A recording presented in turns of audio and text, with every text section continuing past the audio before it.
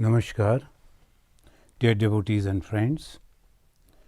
This Wednesday evening, we'll be reading from the Gospel of Sri Ramakrishna, Panchama Veda, page 849, and the Bengali page 917. Let us begin. Tabo kathamritam tapta jivanam Kabhi viriritam kalmashapaham Sravana mangalam Srimadatam Bhubi grinanti e bhurida janaha.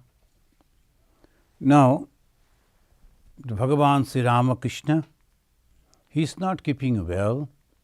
So the devotees, they have brought him from Dakshinesha to Calcutta, North Calcutta, and the place called Shampukur. And there, Bhagavan Sri Ramakrishna, comfortable, he is staying there. And Dr. Sharkar is a very famous doctor and researcher in those days. He is attending him. This much we have already studied. And in one place, the discussion with Master Mahasaya, where Bhagavan Sri Ramakrishna said, the essence of all the scriptures is Bhagavad Gita. All the scriptures means, of course, each and every scripture speaks about God. They describe God in a different way, it may be, but they all talk about God. Particularly the Vedanta, the Upanishad, the Yoga, they all talk about the God which is beyond everything. The Brahman we call it. So this is the Bhagavad Gita. Last time he was discussing in that way. The aim was mentioning the Gita describes various ways of realizing God.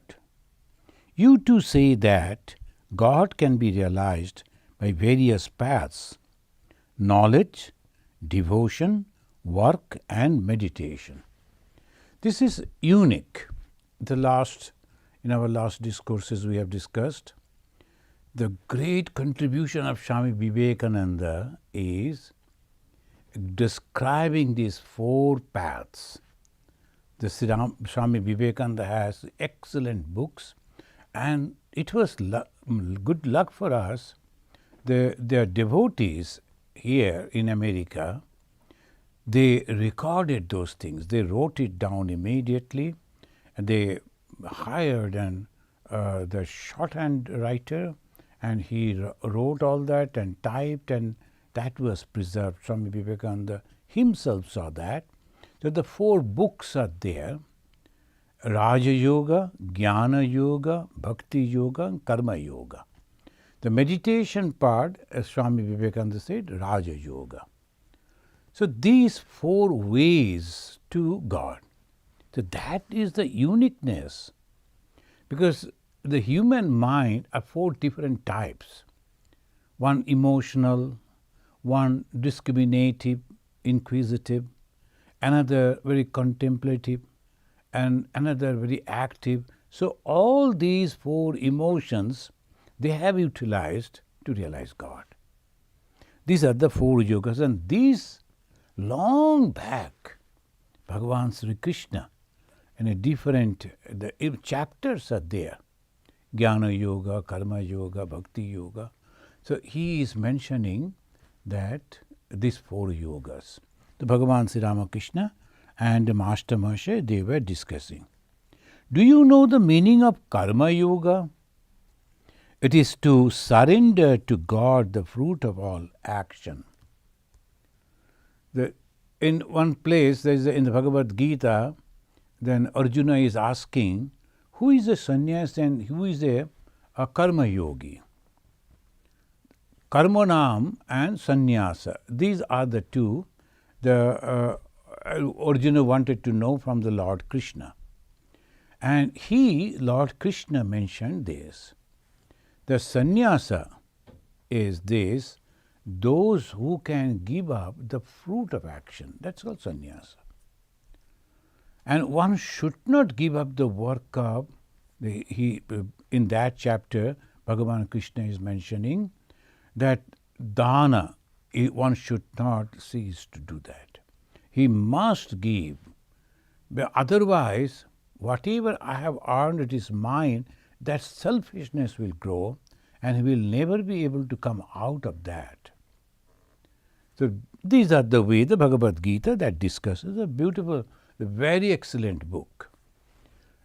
And every age they have appreciated the Bhagavad Gita everywhere. Those who are very closed mind, I do not know about them. They think that it is only about the Hinduism, so they don't read that. Maybe that they don't understand also the Sanskrit, though varieties of Gitas are there, different type of teachers. They have explained the Bhagavad Gita in their own way, own fashion. Some are very narrow, that explanations are also there. It is better to read the original Sanskrit Gita and the meaning of that Sanskrit word in English and the running meaning. Then develop your own idea. It is better. Otherwise, if you are reading with some of the commentaries, it is very difficult because you won't get the actual meaning of it. Every commentator, they have given their own idea. Anyway, Bhagavad Gita is the essence of all the scriptures. Bhagavan Sri Ramakrishna mentioned in that way, and he is mentioning, do you know about the Karma Yoga? Yes, sir, I have read that in the Gita. It also says that there are 3 ways of performing action. What are they? First, one may perform karma to attain jnana, second, to teach others, and third, under the impulse of one's own nature. After that, the master chewed the betel leaf. Sri Ramakrishna was talking with Aim about Dr. Sarkar. Aim had been at the doctor's house the previous day to report the master's condition. The Sri Ramakrishna, the master Mahashaya, he took that on him to do that voluntary work. So whatever, every day what is happening, he used to go to the doctor and to report to him. So what did you talk about? And Master Mahashaya, instead of what he said about the patient to the doctor, he said, there are many books in the doctor's room.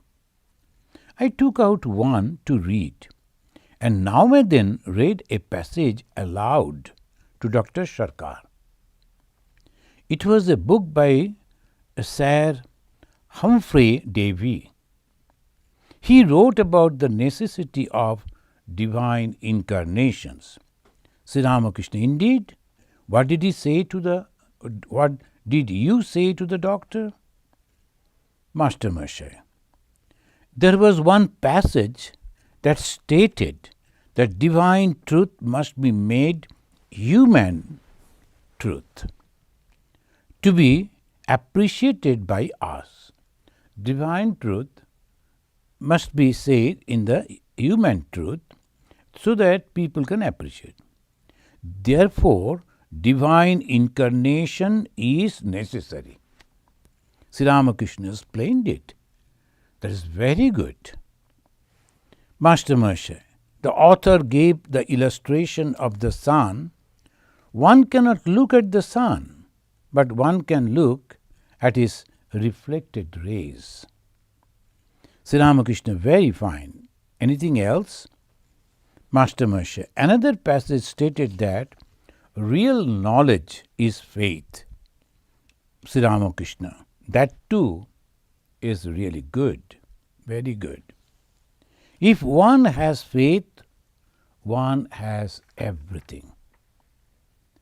The author, like this, we will be reading afterwards. Now the incarnation. This is a great word, that we don't believe. There is, first this line, the faith. There is something, whether we call it God or Jehovah or Allah or the Buddha or Bhagavan. That is according to the language and the way they express. But there is something. There is nothing in this world. We are just existing. It is an accident. And by somehow the matter, God, the consciousness and the matter, they have become beings. No, it is nothing like that. There must be something which is creating, also helping us to sustain, and then it's taking it back again. That's destruction. The creation, then sustenance and destruction. This is going on.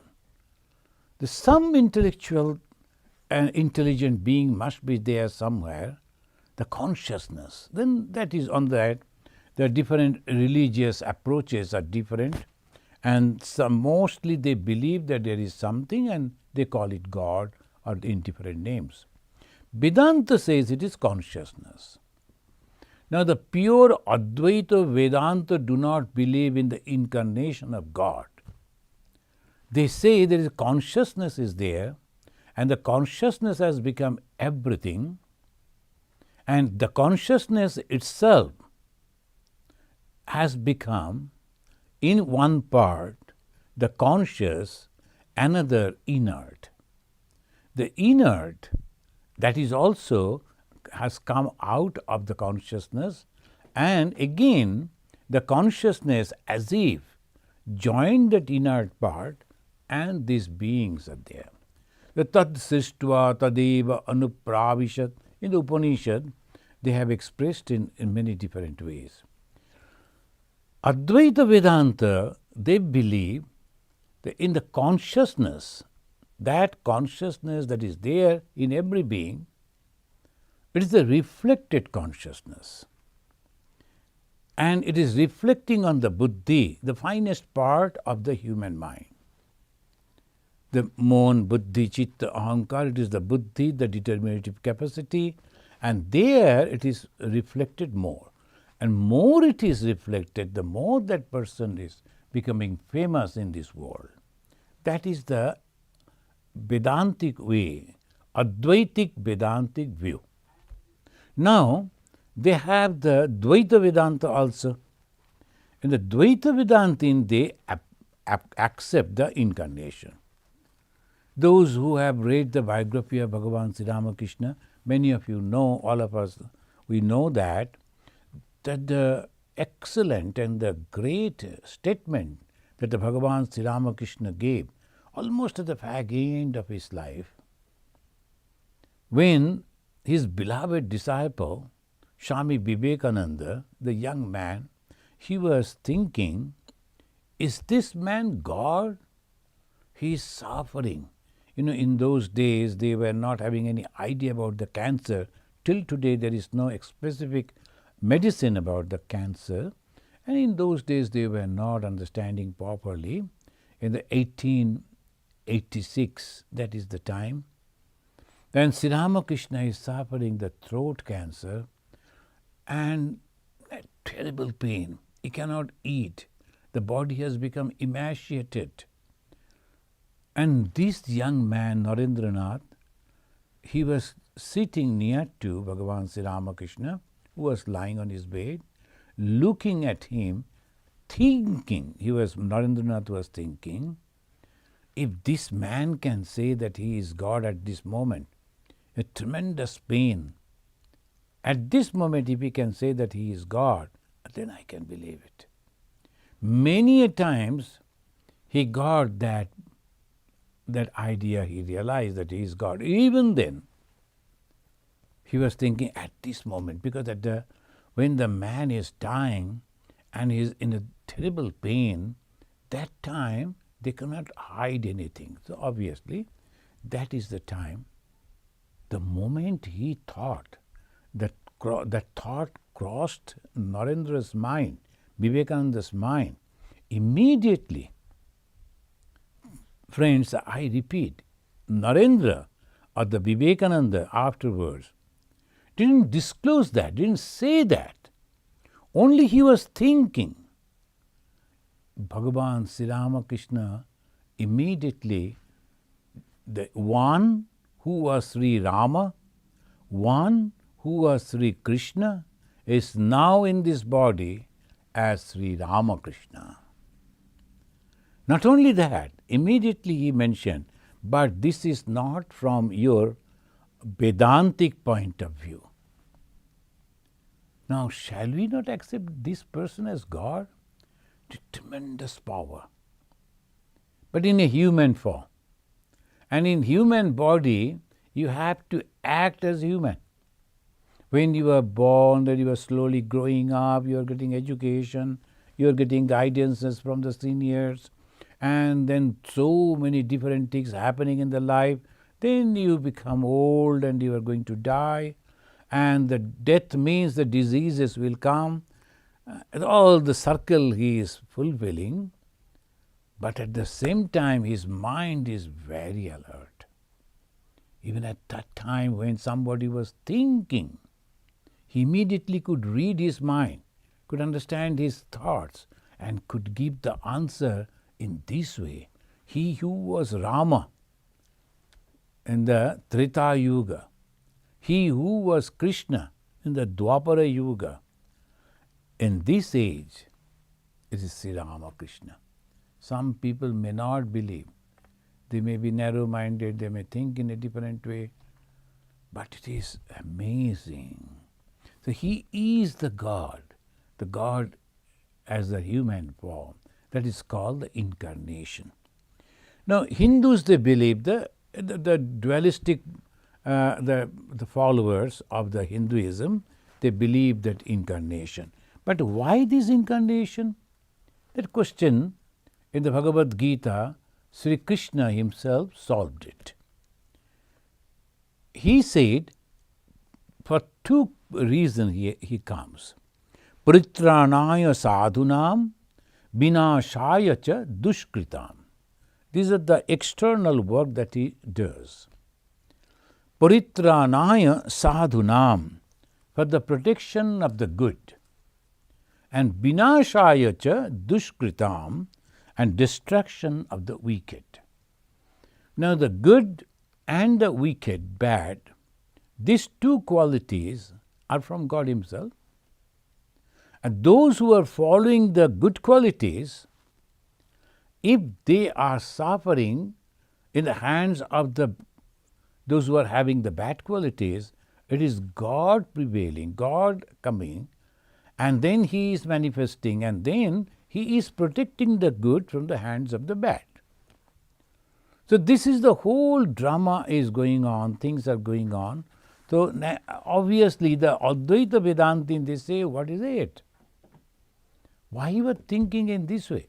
But we have to put it aside. As long as there is I consciousness, as long as we think I am so and so, duality is there. I means you. So there is I, there is you, there is duality. So we cannot say, oh, there is no duality, I am one. Now that will be utter hypocrisy. So obviously we should not mix up. Why I am again and again telling? This is a Vedanta society. When we are studying the Upanishad, we ourselves say that there is no duality, everything is the same, etc. But at this moment, because from the point of view of those who are thinking me and thou, I and thou, the obviously duality, and from the duality, the God is there and the God Incarnation is also there for them. Very handful are there who are very, very advanced type of people. For them it may not be. For us, we need the Incarnation. Who is this Incarnation? God himself. And what he does? He comes and protects the good and punishes the bad. What we are also gods. Because the creation came out of God. Everyone, everything is God. Now, why we can't understand that? Because of God's terrible power, which has covered our mind. and we cannot think of, because he has packed the thing in that way, covered the thing in that way. That is called Maya Shakti. This is a divine power. Why? Answer is divine play. God has become everything. God has become good. God has become bad. Sattva, Raja, Tama, all these three qualities is from Him. So everything is His. Why then the game is going on? The bad is torturing the good, and then the God is coming in the form of an incarnation and protecting the good and punishing the bad. Well, it is His free will. We don't know. We should not waste our time thinking on that. It is not the time to think about that. That we will, when the time will come, when we purify ourselves, mature ourselves, we will understand that and we will discuss. At this moment, I am standing, and my viewpoint is I am suffering. Why? Because I am not getting anything good in this world. The bad people, they are torturing me. Physically, mentally, I am suffering. And that is called the Dharma is in danger. Dharma means those qualities which is a human being should hold. Those are the two qualities mainly, love and unselfishness. When that goes away, people become selfish. They try to hate their own people, even the brothers and sisters, just for a little property. And they will not look after their parents because they like to save their own money. So that is the condition when human beings behave like animals. They forget about their own relations with the family, and so many people from different angles, from different times, at different places help them. They forget all that. They become so selfish. So to protect the good at that time, yada yada hi dharmasya glani. Dharma glani means understanding of our real nature. And when it becomes too deep, then only God comes. And the Satya Yuga, it was not necessary. Treta Yuga, Bhagavan Sri Ramachandra came, the God in the form of Sri Rama. So what he did in the religion has two parts. One is Vyavaharika, and that is external. Another is Adhyatmika. What is the Adhyatmika? Internal. So Vyavaharika and Adhyatmika, these are the two, external and internal. Externally, he is protecting the good and punishing the bad. Paritranaya sadhunam vinashaya cha dushkritam. Then the second part, internal part, adhyatmic part, they say dharma samsthapanarthaya. Dharma means awareness, consciousness about my own duty. I am a human being. Why should I tell lies? Why should I cheat others, torture others? I should not do that because I am a human being. I have other respects. So when you are conscious about it, that is called dharma. And then among the human beings, there are some intellectual people. They are giving us the ideas how we should survive. So we should respect them. There are people, courageous people who are protecting us from the external, the attacks from the enemies. We should also be with them. There are people who are developing the economy and regular life becoming good, enjoyable for them. We should remember them, we should respect them. There are people who are working physically for our survival. We should also respect them. So Brahmana, Kshatriya, Vaishya, Shudra, these are the whole, all total. And that's why they say the intellectuals, naturally from the brain, and they imagine a huge human form of that supreme God. And from the head is Brahmana, and from the hand the Kshatriya who is protecting, then the Vaishyas, then the Shudras, that God himself. So this is the way they always think, and the whole society. An individual human being should be grateful to each and every member of the society, and the nature, and the animals, and the reptiles, because each and everything that I see is nothing but the God manifested in that form, and I am getting benefit out of that. So I must be respectful, I must be thankful, I must be grateful, and finally I must love each and every one. So that is the Dharma, internal Dharma.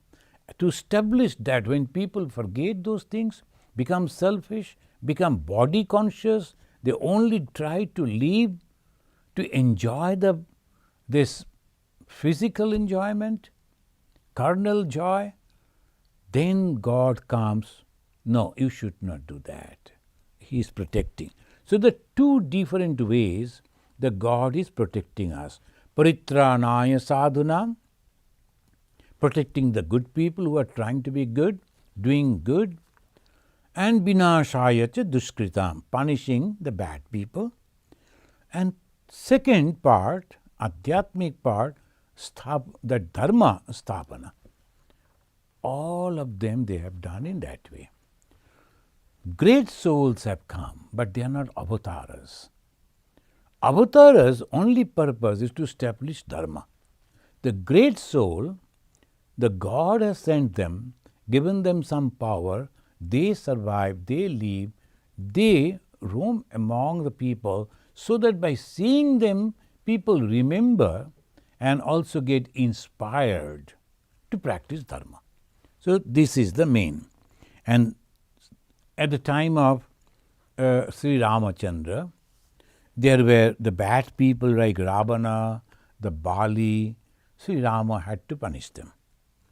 At the time of Sri Krishna, you will wonder, in the Indian perspective, at the northeast, that is Assam, at present that Kamrup was now at I think Guwahati. There was a king named Naraka. Shanitpura, at present it is Tejpura, which is a famous place. There was a king named Bana. Then in Bengal, North Bengal particularly, there is a Pandru they used to call Vasudeva. Why Vasudeva? He used to imitate Bhagavan Sri Krishna. He used to dress like him, used to give, his name was also Vasudeva. He used to say that I am the original Vasudeva. They are all bad people. They used to torture. They take out the lives and killing people like this, they used to do. And in Bihar, Jarasandha. In Mathura, Kamsha, he was the son-in-law of the Jarasandha. And in South India, Chedi, that is Shishupala, to name all these few. So they were the terrible people in those days and all over India. They were all kings. Kings should be the ideal personality. If the king is a cheater, if the king is doing all bad things, he is a selfish and also very hypocritic way, he is going on talking with the people, then that country people, they suffer. And when they physically suffer, economically suffer, culturally suffer, how they can think of spirituality? Bhagavan Sri Ramakrishna said, Khali pete dharma hayana. If the good economy is not there, if there is no proper food for people, no safety for people, respect for people, there is no education properly, no health care properly, how people can think of God, meditate on God? Is it possible? Because we are not in that high level, though we forget everything and meditate only. There is maybe one or two. But the general masses, they need a good atmosphere for the to practice religion. So who will provide that? King. If the kings are corrupted, who will punish them? God. So Avatara comes and we see, and the history of India that proves all these people I named just now, that they were punished by the Avatara Sri Krishna. And afterwards, the Sri Ramakrishna. It was not necessary for Sri Ramakrishna. He declared, he who was Rama, he who was Krishna, that means the same power, same consciousness, they manifested, that same consciousness manifested every time. But this time when he came as Sri Ramakrishna, of course the two actions of the Avatara, Sthapakaya cha dharmascha, sarva dharma sarupine, about Sri Ramakrishna. And he establishing the religion, re-establishing religion, that means bringing faith in the existence of God. Because the modern times have come, the science has developed, advancement have come, people thinking capacity has developed. So accordingly, the God is also incarnating himself, and then he is protecting the good, punishing the bad. How he is punishing the bad? By changing their mental attitude, not by killing. Now at this time it is not necessary to kill, but to change. How? By giving them the proper understanding. And their thoughts, it is not that much egoistic. They are thinking, the thoughts are little corrupted, but now the Lord is giving them the beautiful idea and they are understanding it. The Bhagavan Sri Ramakrishna is solving the different problems. Is God with form or without form? He is solving the problem. Can God be approached through any path, or we have to follow only one path? He is solving the problem. And his answers are so beautiful. Anyone coming in contact with that, immediately, no, that's true.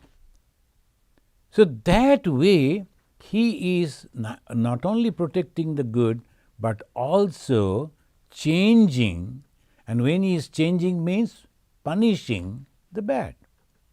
So this time in the modern Yuga, Avatara is this. Of course, they say in a traditional way there are many avatars, Dadash Avatara and 20 Avatara, and some say, particularly in the Bhagavata, there is no limit, any time God can come. So this is the Avatara. We have here, as they were going on, talking about the Avatara, Sir Humphrey Davy, in one of his book, which Master Moshe got it in the library of Dr. Sarkar, and he was naturally excited reading this type of sentences, words, and he was reading aloud so that Dr. Sarkar also can hear, and same thing he is repeating before Sri Ramakrishna. Sri Ramakrishna is also appreciating. Master Moshe, the author dreamed of the Roman gods and goddesses. He mentioned that he has seen the Roman gods and goddesses. A time was there all over the world, everywhere, wherever the human beings were there, they used to worship God in form. Then obviously, we can say another time came, then people started thinking that suppose the God is in form, he is becoming limited. So let us think in this way that God is without form. And that is the way they started thinking. Though almost from the beginning of the Indian civilization, which some people they say 8,000, 10,000 years old. So from there they have this idea, God with form, God without form. Why? The God is all powerful. God can take form, but he is not exhausting himself by taking the form only. If God is only with form, then the philosophical problem comes. The with form means limited. Anything that has a date of creation has a fixed date of destruction also. So birth and death is all fixed. Anything, when the God has taken a form, whatever may be the form, that means that is a date is there of the beginning, and obviously there will be a date of end. So God cannot die. Obviously, the God in form, God with qualities, it is also necessary. But at the same time, if we think that God is with form and with quality, and that is exactly what is God, then we miss the point that God is eternal. No, that cannot be. The God will be there for millions and millions of years. He will be there. We live 100 years. He lives millions and millions of years. Okay, but the limitation is there. So they say, now God is unlimited. He is not having the form. But we need the form and a limited God. Otherwise, we cannot develop our idea about God. So from there, incarnation and the God concept came. Both are there. Without form, with form. Without quality, with quality. And by that way, it is becoming easy for us to go into that transcendental state. Sri Ramakrishna asking, do such books really exist? Surely the author was inspired by God. Did you talk of anything else? Then Master Moshe was supposed to talk about Sri Ramakrishna's health condition. But he was so inspired by seeing and reading that book, and he talked with the doctor about that. The Sri Ramakrishna is asking, have you forgotten about me? Well, he do discuss about my ailments. Has he suggested any medicine? Except it may be. Master Moshe, people like Dr. Sharka speak of doing good to the world, so I told him what you had said about it. Now, Master Moshe is not mentioning what he reported about his physical condition of Bhagavan Sri Ramakrishna to his doctor, his physician. He is talking about the philosophy. Sri Ramakrishna is also enjoying, but at the same time, he wanted to know about it. Now, surely the author was inspired by God. When Master Moshe mentioned in that book, in one place, the author mentioned that he has dreamt, not realized or visualized, dreamt about the Roman gods and goddesses.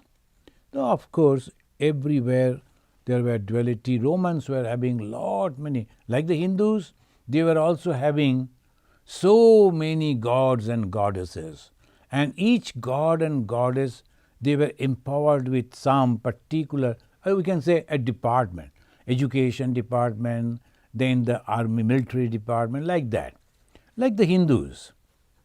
Then afterwards the Christianity came, the Christianity spreaded, and somehow and conception that God is all pervading without the images that the people they took.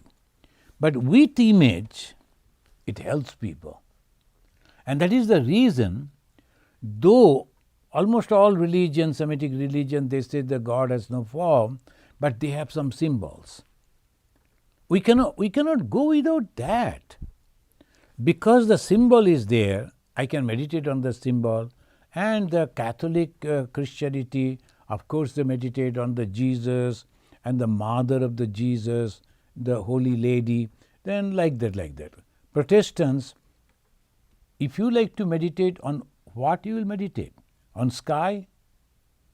On the ocean? Something is necessary to meditate. No one can think that everything is all pervading consciousness.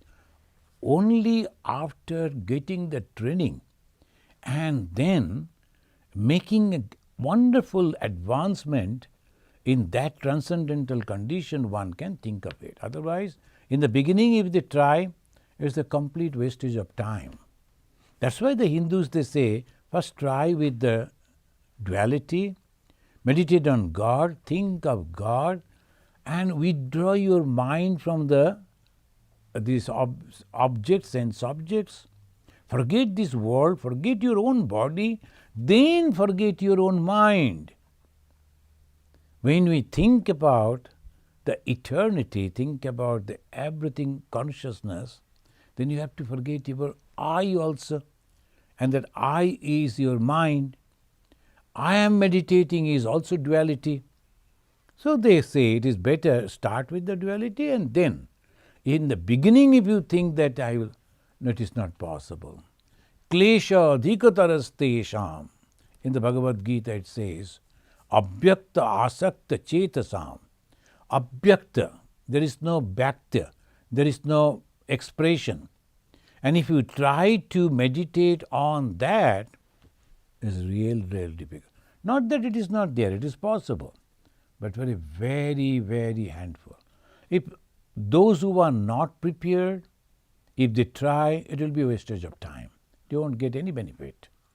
So that is why, as Sri Ramakrishna is also discussing with the Master Mahashaya about that book. Do such book really, then the people like Dr. Sharkar speak of doing good to the world. Master smiling, what did I say? Because Master Mahashaya, and he was quoting Sri Ramakrishna to these devotees, particularly Dr. Sharkar. I told him what you had said about it. The Master, Sri Ramakrishna, smiling, what did I say? About Shambhu Mallik, he had said to you, it is my desire to devote my money to building the schools, hospitals, dispensaries and the like. That will do good to many. Thereupon, you had said to him, suppose God appears before you, will you then ask him to build school, hospital and dispensaries? I told the doctor another thing. Sri Ramakrishna, those who are born to do work belong to the different class. What else did you say? Now Sri Ramakrishna, but friends, we have to remember, Sri Ramakrishna is suffering. Sri Ramakrishna is in great pain. But when the discussion is going on, even in that, he is not missing the point. When the Master Mahashaya told, quoting the Sri Ramakrishna, what he said to Shambhu Mallik, the Sri Ramakrishna only said those who work, it is a different class. And this Master Mahashaya, he was not accepting when Swami Vivekananda introducing the Karma Yoga in the Ramakrishna mission. When he said the sannyasins and brahmacharins, the celebrities, they must go and serve the poor, the downtrodden, the illiterate, the oppressed. And they are the living gods and goddesses. Because Vedanta says each soul is divine. If that is so, when someone is suffering, is he not divine? And that Master Mahashaya could not take that point. Long afterwards, he understood it. So here also, he is very enthusiastic about the Karma Yoga, etc. But Sri Ramakrishna left that point. Oh, there are different type of people. And then what did you say again? Those who are born to do work belong to a different class. Master Mahashaya, I said to the doctor, if your aim is to visit the image of Mother Kali, what will you gain by spending all your time in giving alms to the poor by the roadside? This is also what Bhagavan Sri Ramakrishna said. First, you had better somehow visit the image. Afterwards, you may give alms to your heart's content. Sri Ramakrishna, did you talk about anything else? Master Mahashaya, yes. Now, we have to understand when Bhagavan Sri Ramakrishna is giving an advice, he is giving that particular time and that particular person. Now, there in our scripture, there are the words like this. When the living gods are there outside, why you are wasting time inside worshipping the dolls? You should not do that. You understand that? So much of, even Swami Vivekananda is also, he is saying, when the living gods and goddesses are suffering, you are preparing so many varieties of food and offering to the idol and closing the door. The god is eating food, opening the door. The god is now resting. All these things are going on. Then we have to understand according to the context. When Sri Ramakrishna told, Master Mahashaya, though he is a very intelligent person, then when we are reading now, he is quoting Sri Ramakrishna, but those things are not the ultimate. It is depending on the person who is working, for the person to whom he said, and also the time and the condition when he said this. Sri Ramakrishna told Master Mahashaya to fast, but he didn't say that to our Narendranath, who became Vivekananda afterwards. So it differs. Did you talk about anything else? Master Mahashaya, yes. I told him that many of those who come to you have conquered last. Come to you means to Bhagavan Sri Ramakrishna, conquered last. Thereupon the doctor replied, I too have conquered last. I said, you are a great man. It is no wonder that you have conquered last. But the amazing thing is that under his influence, even the insignificant creatures have conquered it. Afterwards, I told him what you said to Girish. Sri Ramakrishna is smiling.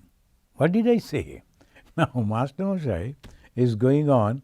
Whatever he learned from Sri Ramakrishna, he gave it to Dr. Sharkar. And Sri Ramakrishna is enjoying.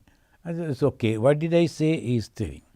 The Master Mahashaya, you said to Girish, Doctor has not been able to surpass you. You said that with reference to his calling you a divine incarnation. The Girish had great faith. Friends, to understand Bhagavan Sri Ramakrishna, his words and activities, we have to read his biography very carefully. And that is the great master, written by his own disciple, who has mentioned in his the foreword.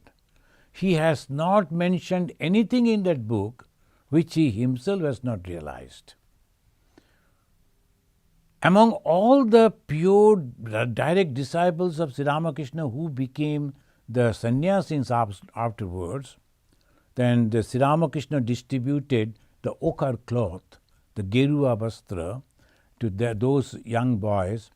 One he kept for Girish Chandra Ghosh. The Girish was a married man, and Girish used to do many other things. So even then, the purity of his mind, that Sri Ramakrishna knew that he is able to wear the Gerua Vastra as a sannyasin. That purity was having. And what is the purity? Purity means no attachment and attraction for the worldly things, particularly about the carnal desires. It is not having. So that is the purity. Sri Ramakrishna kept one Gerua, the ochre cloth, for Girish Chandra Ghosh. So naturally, Girish used to declare, he has a great faith, he used to say that Sri Ramakrishna is divine incarnation. Master discussed the doctrine of divine incarnation with Dr. Sharkar. He who liberates others is an incarnation of God. He who can liberate others is an incarnation of God. Liberation means all our desires should be completely vanished from the mind. Desire for the worldly enjoyments. And there are mainly three. There's a Lokaishana, Vittaishana, and Putraishana. Ashana means the desire. For the progeny, if the desire is there, then it is very difficult to get the liberation. If the wealth, enjoyment, desire is there, no chance. And the final and the last, and that is the appreciation from the people. That is exactly the net, very fine net, where most of the very holy people even are caught.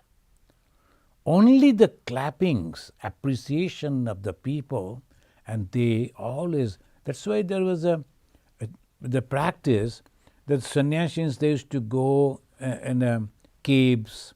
They never allowed people to go over there because the people, they go, they'll be talking very nicely, oh you are so good, and slowly ego may come. So this is the greatest challenges for Ramakrishna Mission Swamis. Because the Swami Vivekananda has asked us to stay inside the society. And we are going out and mixing with the society. We are developing schools and colleges and hospitals and dispensaries and so many things, service oriented. And the people from different walks of life, they are coming over there and getting the services. And obviously they are appreciating. And some of the people, they will be individually the monks who are very good in giving the lectures, some are very good singers, some are this and some are that. The people, they are coming in contact with them and appreciating them, giving them the gifts. There are chances the people, the sannyasins, they may start thinking, oh, it is all for myself. Lokaishana. And then again he will fall because the desire. So this is very, very challenging. So the tapasya or the austerity, the spiritual practices of this Ramakrishna mission or the Sarada mission, Matajis, and this type of organization, the monastics, it is really, really challenging. When you are living inside a cave, you are completely separated from the society, there is no chances of going the mind, distracting the mind. But here every moment it is there and you have to continue. That's why Sri Ramakrishna mentioned those who work. How they work? Seeing God in every being. That means it's a continuous process of meditation. Karma yogi, continuously meditating on God. Whoever is coming before him, maybe sometimes good, sometimes bad, but the karma yogi should think, God has come in this form and I have to deal accordingly. And sometimes I am avoiding that bad people, that is also not with hatred, but understanding this is the way I have to adjust, because God is taking examinations with how I can react. So there is constant. But if you go to a lonely place, an isolated cave, there is no opportunity, no chances to check your mind. There is no emotion, you are only alone, some little food is coming and you are meditating, that's all. That is a different life. But here it's a very challenging. So gods are suffering. How can you close your eyes? And I am constantly in that. That's why Bhagavan Sri Krishna said in the Kurukshetra, in the war field, Mam Anusmara Yuddhacha. Go on remembering me and fight. That is the heroic way of realization. Mam anusmara yuddhacha. You should go on remembering me, not for a second. You should forget that you are doing the meditation. A person in the cave meditating, and here in the working field, in the war field, there also you are meditating. Whoever coming is nothing but different forms of God. So Bhagavan Sri Ramakrishna, he is discussing in this way. The discussion about the divine incarnation. Now the Master Master, Dr. Sharkar is keenly interested in Girish Ghosh. He always asks me whether Girish has been given up the drinking. He keeps a sharp eye on him. Master Sri Ramakrishna, did you tell Girish about that? Master Master, yes sir, I did.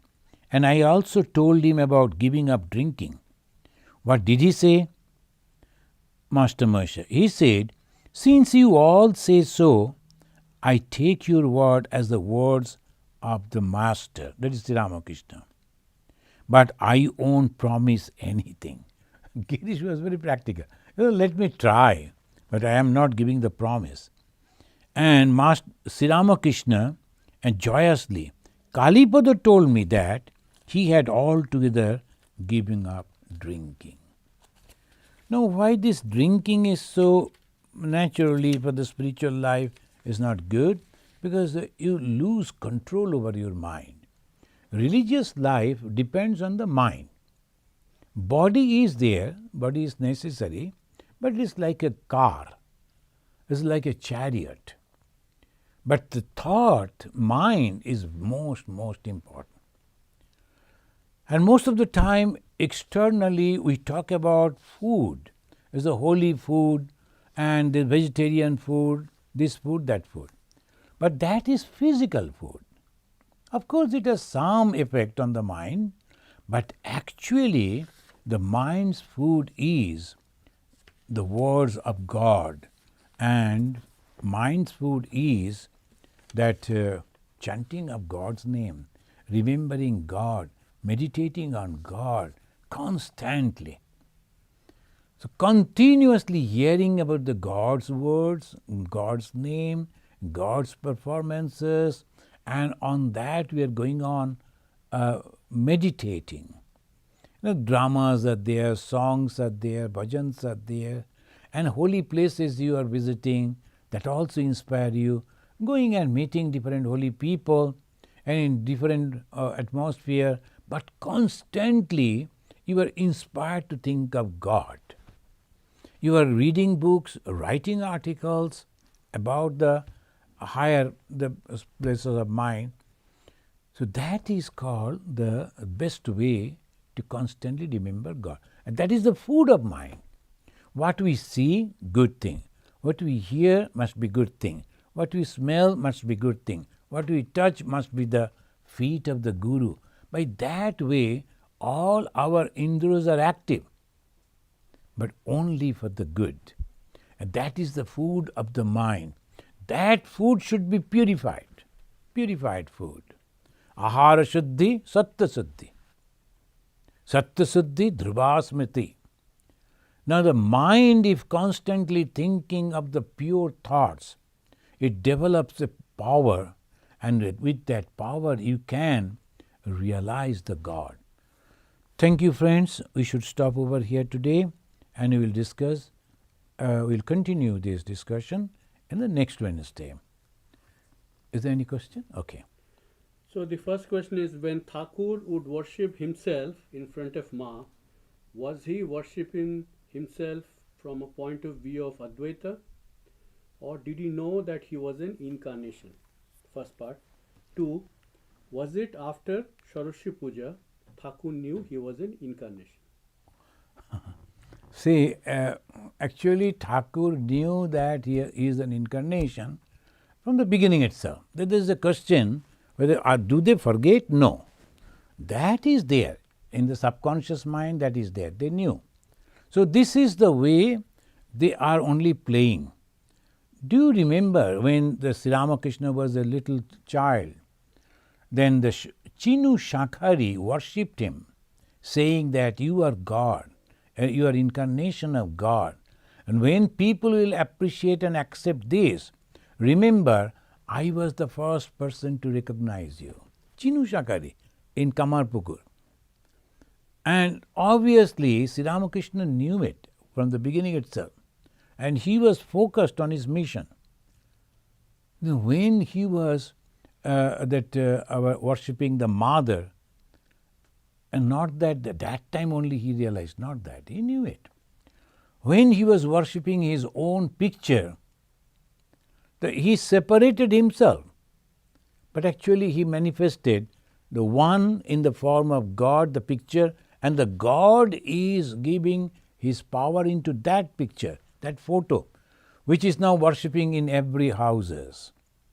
So what he said to mother, one day this photo will be worshipped in every house, almost everywhere. Wherever you go, the devotees always carry this photo and worship. Now that proves that God power is there. Though he was not a rich man, he was not a so-called educated man, he was not having any social statuses. Even then, why people are loving him? Because the manifestation of God. And your question, whether he was aware it or not, of course he was aware. Now the question, from the Advaitic point of view, he said that, no. From the Advaitic point, Advaita means the non-duality. There is no duality, no question of incarnation, no question of God. That's a completely different philosophical angle. Thank you. Okay, friends, let us chant this mantra, and today only one question, and it's a beautiful question you have asked. Now let us chant this and we conclude. Niranjanam nityam anantarupam bhaktanukampa dhrita vigraham vai Ishavataram parameshamidyam tam Ramakrishnam shirasa namama. Om Shanti Shanti Shanti Harihi Om Tat Sat. Sri Ramakrishna Arpanamastu.